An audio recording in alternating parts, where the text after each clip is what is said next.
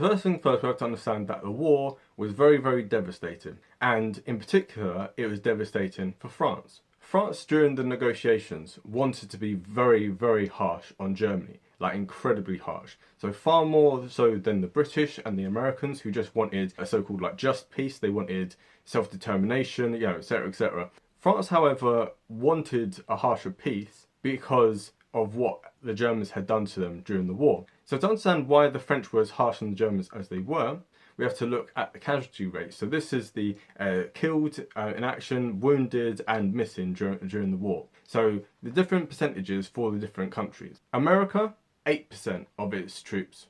Britain, 36%. Italy, 39%. Germany, 65%. Austria, 90%. Russia, 76%. And France, 73%.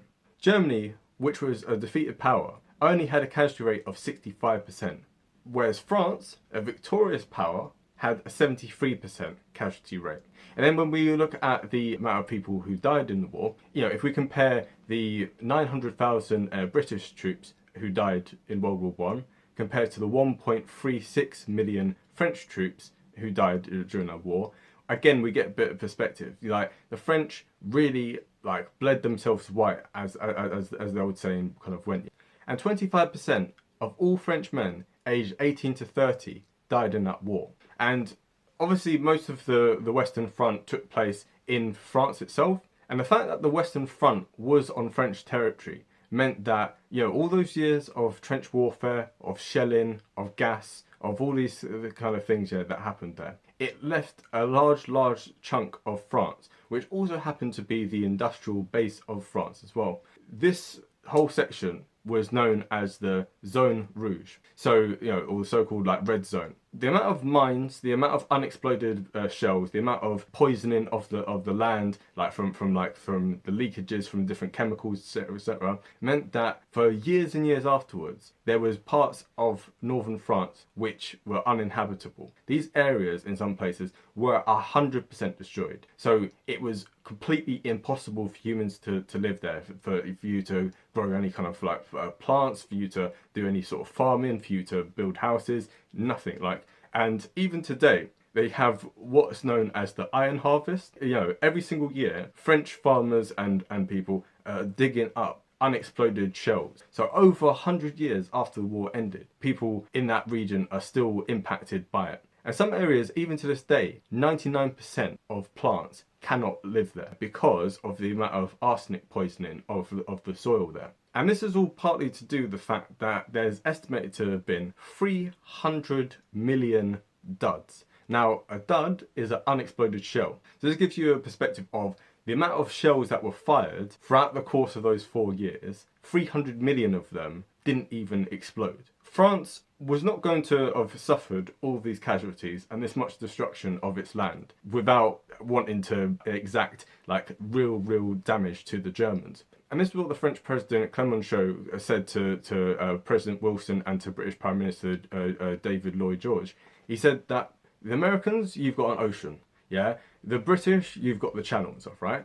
Even in the time of Napoleon, Britain was never shelled. If you look at it, Britain and America fought in the war, but they fought on foreign soil. They were never directly impacted. Yes, there were some Zeppelins that went over, and yes, there were some kind of cruise liners, such as the Lusitania, that got attacked by German U-boats. But by and large, British and American civilians were largely untouched, and most of their land was largely untouched. France didn't have that luxury because it shared a land border with Germany. They ended up bearing the full brunt of German aggression. Already, the French public were very angry at this deal. So much so that President Clemenceau actually lost the election of 1920 because it was deemed by the French public that the Versailles Treaty was not harsh enough. So what were the French war aims? Well, as John Maynard Keynes, who was a famous British economist and was also one of the negotiators at Versailles on the part of the British, he made the point that what France seemed to want to do was to undo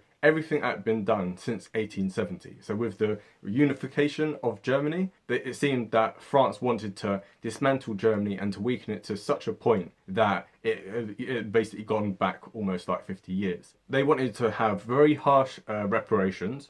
They wanted to have German territory taken away from them. They wanted to have Alsace and Lorraine, which had been taken in the Franco-Prussian War of 1871. They wanted that to be given back to France. And they wanted the occupation of the Rhineland. So they wanted the frontier between France and Germany not to be as it is like today. They wanted it to be on the actual Rhine River. So the whole of that territory there to basically be either part of like France itself or to be a French puppet state. They want for the German military to be scaled down, like really, really scaled down to 100,000 troops. And they wanted all kind of things like such as no tanks, no air force, no submarines, no etc. etc. All these kind of things. No heavy artillery, nothing. Yeah, no chemical weapons, nothing. Right.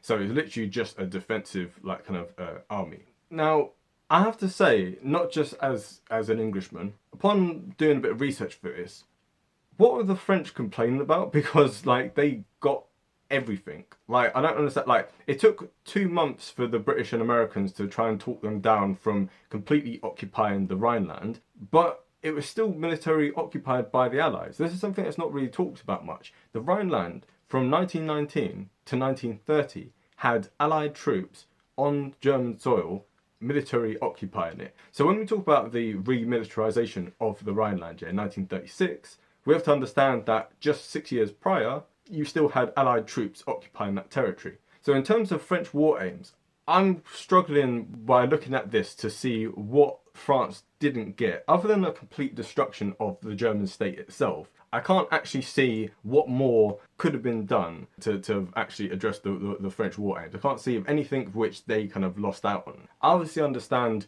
why the French wanted to enact such harsh punishment on the Germans. At the same time, you got everything you wanted. Like they didn't have any colonies. You got Alsace-Lorraine. They had no proper military with any of the things you talked about. So what more could have actually been done? I don't understand. So the French were literally, they were fanatic when it came to this treaty.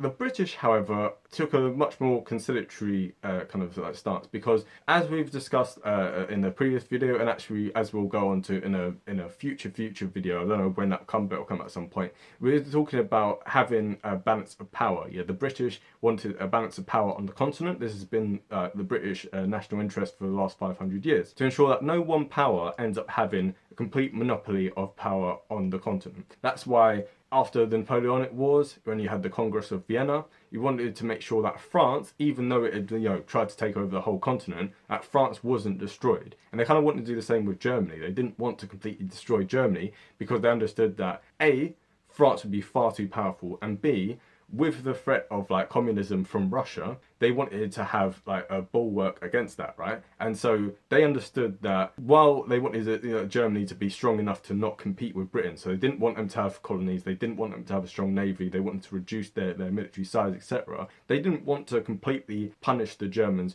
to such an extent. They wanted reparations and they wanted to scale down their military, and that was enough for them. And British public opinion largely agreed with this as well. They wanted what was referred to as a just peace. So as much as the election of 1918 had been on a thing of we want to crush the Germans, yeah, until we hear the pip squeak. As much as there was this kind of rhetoric, by 1919 they kind of understood it a bit more. And also, by the time they end up hearing how Germany was reacting to the treaty and its harshness, so they thought, you know what, I think probably it has been a bit unreasonable. Probably it has been a bit too harsh. British public opinion was very hostile to the treaty, so much so that in 1936, when Germany ended up remilitarising the Rhineland, Ramsay MacDonald, from the Prime Minister from a few years before, he said that it was completely justified and that he hoped that the Versailles Treaty was vanishing. And he also hoped that France had been taught a severe lesson, because public opinion in Britain basically was very hostile to France, and they saw it as the French being too punitive, trying to destroy Germany too much, and as a result, it was seen as an unjust peace. Even before World War II, it was seen as an unjust peace. And next we have to talk about the Americans and their war aims. Now President it's quite hard to say his name. Now President Woodrow Wilson That took me about 3 times to say his name for some reason. He laid out his 14 points during the war. A nation's going to have self-determination, which meant that the borders of Europe will be redrawn along ethnic lines based on like the consent of the people of those regions. On top of that, he argued for a League of Nations, which is basically like an early kind of precept to the modern day UN, where different nations would kind of come together and like negotiate peace. He wanted an end to all these kind of like secret back deals, which there had been in place like before the war. So you didn't really know who was allied with who, and it just meant that war ended up being like very, very tricky. So America, by and large, just wanted a fair peace. There were, however, some problems with regard to the 14 points, such as point number 8 here, which says that Alsace and Lorraine ought to be given back to France. Now, if we look at the demographics of the time, we have to understand that, first of all, Alsace was predominantly German. Right, and you know the people there, they spoke German, etc. So while it had been French territory before the war of 1871, giving it back to France kind of would just flew in the face of self-determination. And also Lorraine, a big chunk of that was also German speaking. So to have given back the whole of Alsace and Lorraine to France, it meant that a lot of the Germans kind of saw it as, yeah, this is an unfair peace as well. Because again, how can you have self-determination when you're not kind of giving it to the Germans? Germany and Austria are not able to unite. So you're basically kind of saying that it's fine for all the other countries in Europe to self-determine, but the Germans do not have that right. Now, what's little known is that the Treaty of Versailles almost got passed in our timeline, by the American Senate. However, what we have to understand is that Woodrow Wilson was a Democrat. The Senate at that time was Republican, but only by a narrow majority. But it was a thing where there was just enough of a majority in the Senate to support the Versailles Treaty. However, under the US Constitution, you need 2/3 of the Senate to approve foreign treaties.